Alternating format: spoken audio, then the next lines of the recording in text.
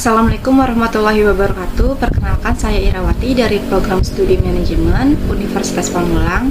Di sini saya akan membahas tentang sistem informasi dan sistem informasi manajemen.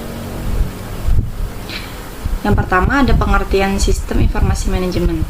Sistem adalah suatu kesatuan yang terdiri dari bagian-bagian yang saling berhubungan dan saling mempengaruhi.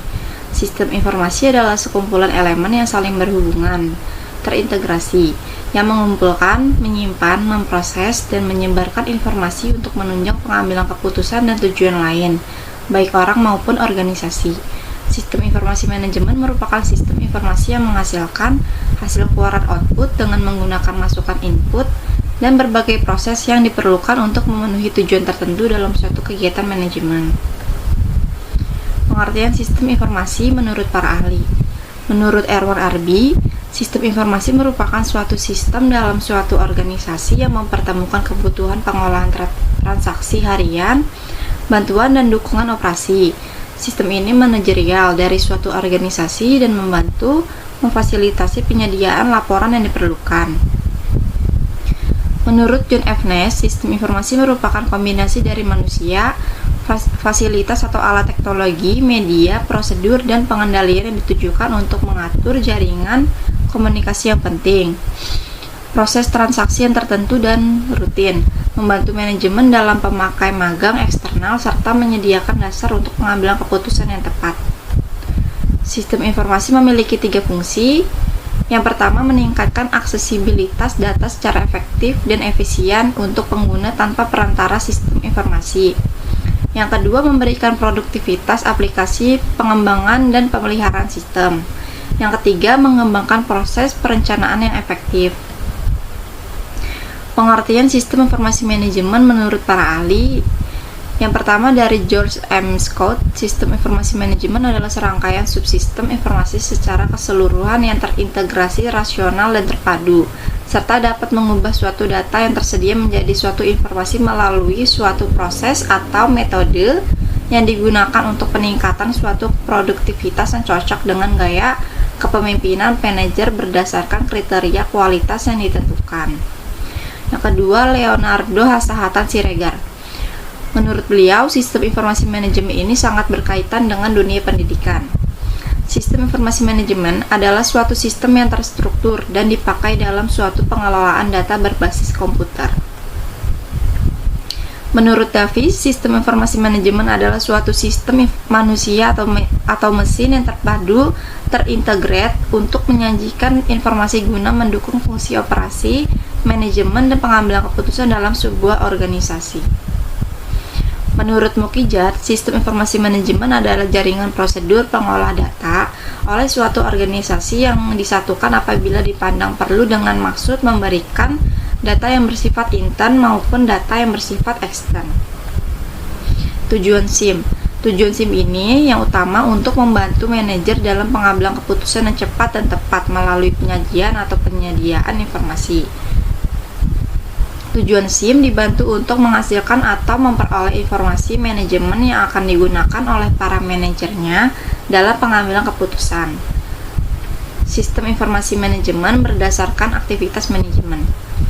Sistem informasi sebagai pengendalian operasional. Yang kedua, sistem informasi sebagai pengendalian manajemen.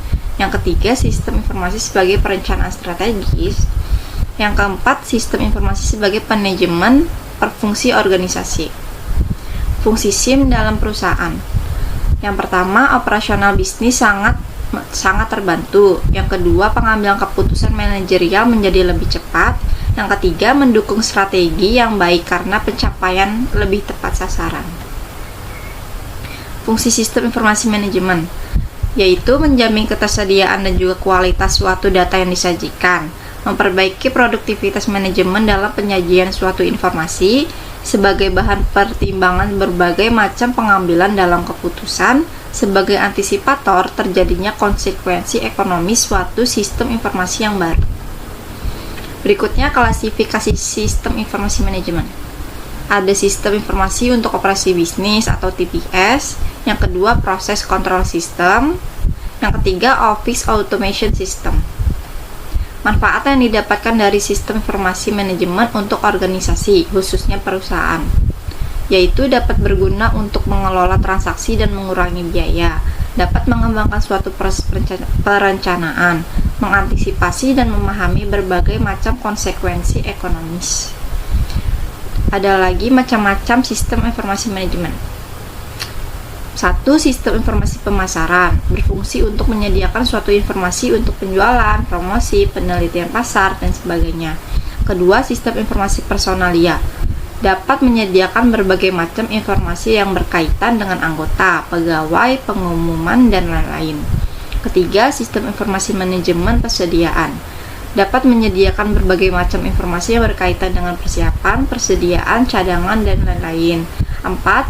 Sistem informasi distribusi berfungsi dapat menyediakan berbagai macam informasi yang berhubungan dengan penyaluran dan pengiriman barang atau jasa ke berbagai tempat.